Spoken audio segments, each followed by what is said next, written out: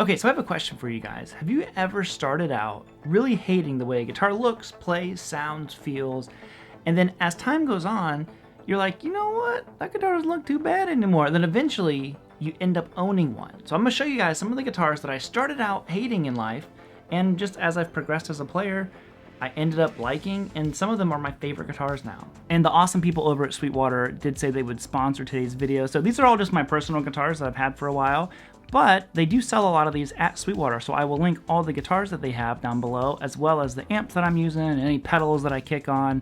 And if you want to check out any of the gear, you can support the channel by checking those links and hitting the subscribe button if you would. That helps out a bunch as well. So anyways, let's get nerdy. Let's get our gear on.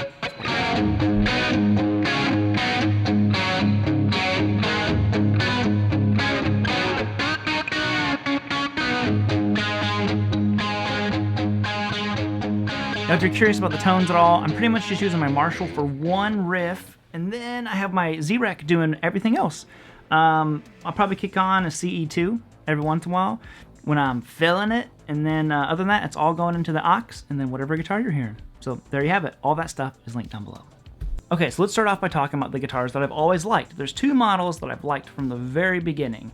I've always liked Strats. My first guitar was a Samick Strat knockoff, and then my second guitar was an Epiphone Les Paul. So I've always loved very traditional shapes. Even, pre-playing guitar, those are the ones that spoke to me that I wanted to start on, minus a small period where I wanted a BC Rich Warlock. Don't know. But the first guitar I want to show you that I didn't like might come as a surprise because it's actually a signature guitar of one of my guitar heroes.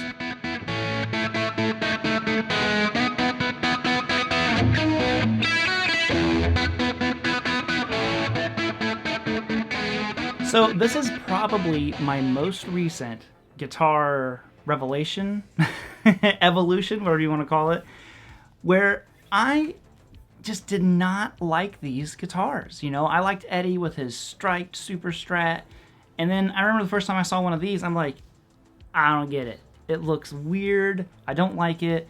I wish Eddie was still playing his Super Strat. And maybe within the last couple of years, I've gotten where I'm like, man, I really want either like an EVH one, which actually I didn't want because I did not want a Floyd Rose on it. But when I saw the Super Sports, I'm like, oh, this is perfect. It still has a trim, but it's not a Floyd Rose.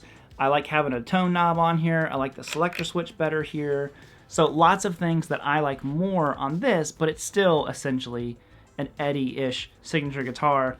And I did not like them at first, but now I love it. I mean, it looks so cool. And they have the crazy figure necks on them. Look at that.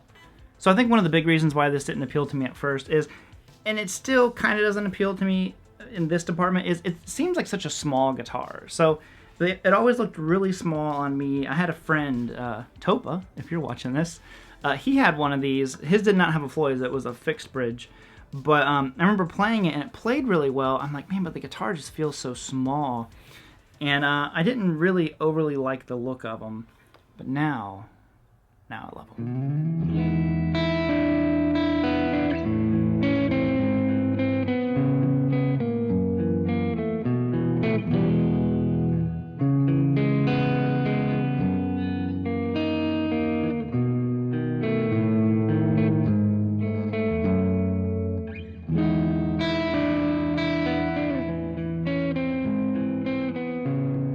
Okay, so 335s.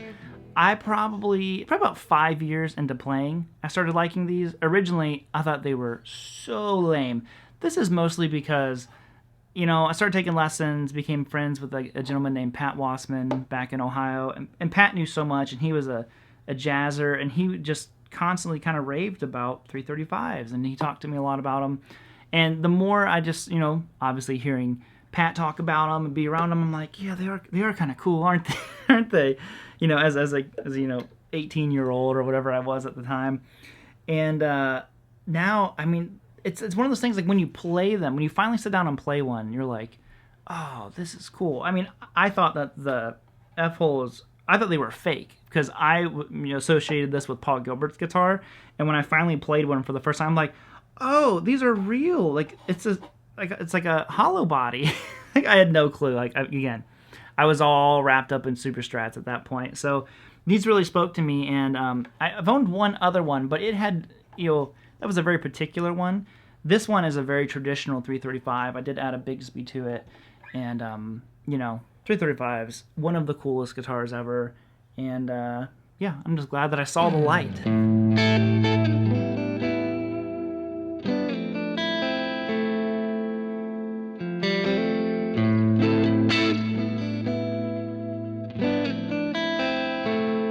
Now, I loved Strats and I loved Les Pauls growing up. I did not like Telecasters at all. At all, I didn't like Telecasters.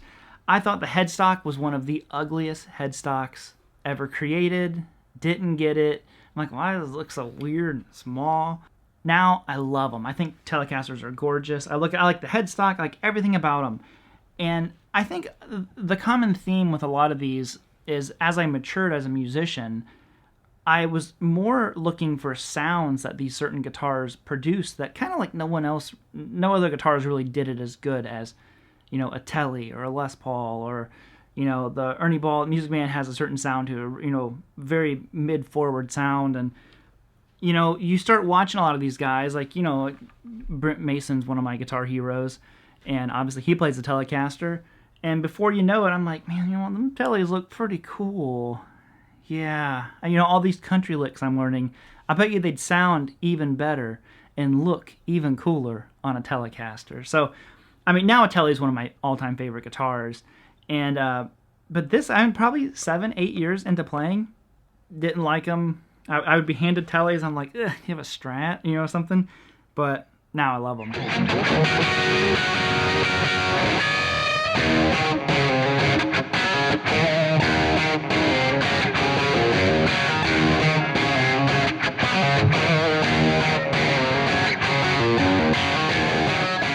Okay, so this one is a more recent discovery as well, maybe 3 years ago. And what's fascinating to me is when I got this guitar, this is probably my favorite body style of a guitar ever now. It is the most comfortable. It just feels right at home to me. And that is an Explorer. Now, I did not like Explorers at first. I kind of just didn't get it. I had a little like Reindeer Roads V at one time. I ended up getting rid of that because I didn't love that. Firebirds I always thought was cool. Explorers, I did not. They were a little more metal. I was never like a real metal guy. Kind of like the Dimebag Darrell Star guitars. Like they're cool, but that was never really my vibe. So I got this a few years ago. I think I got it during the pandemic. It was on Reverb for, relatively cheap. And I got it, and it needed some love. It needed some TLC. But when I got it set up, fixed the pickups, put new pots in it, I'm like, wow. This could, I said, I don't even know what it is, but I'm beyond in love with this shape. I just did a video on the Ibanez Destroyer that I have over there, but this is really one that started this whole, love of the Explorer body shape. Because like I said, I like bigger guitars, so I'm like 6'2", so a lot of guitars look small on me when I play them, and if they're too small, I kind of have to hunch over, and they're not the most comfortable to play. Like, I got the guitar, and I was playing it, and then one day I'm like, is this my favorite guitar, to play? And then I'm like, yeah, I've kind of just been playing this guitar for the past few months. So even before I got the Destroyer, I was playing the Explorer all the time. The Destroyer is just a little bit better. It's just laid out a little bit better, and better higher fret access. So access? How would you say that? Anyways, but yeah, the Explorer was definitely one for me that I did not care for. I'm like, it's just another humbucker guitar. I didn't think it would be that different from a Les Paul. Man, was I wrong.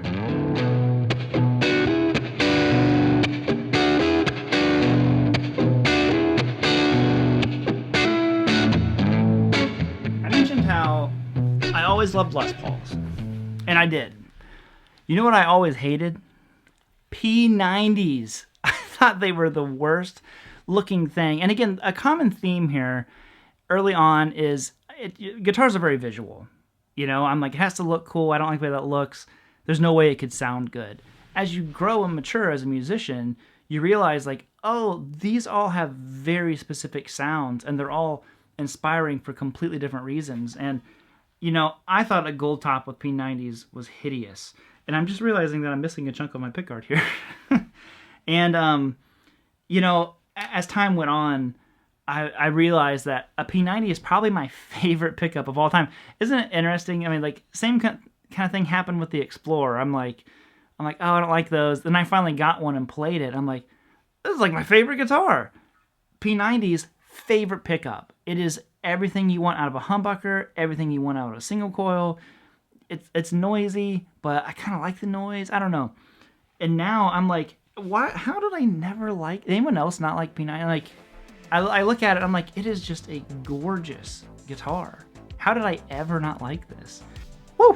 And there you have it. So, curious to know, are there any of these guitars that you now own that you love and started out hating? Because I didn't realize there were so many, but the more I thought about it and was looking around, I'm like, you know, I didn't like those at first.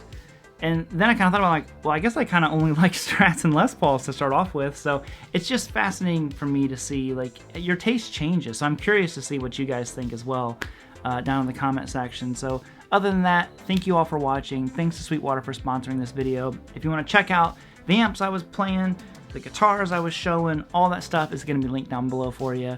And hope you'll have a good rest of your day. All right, later, homies. Woo!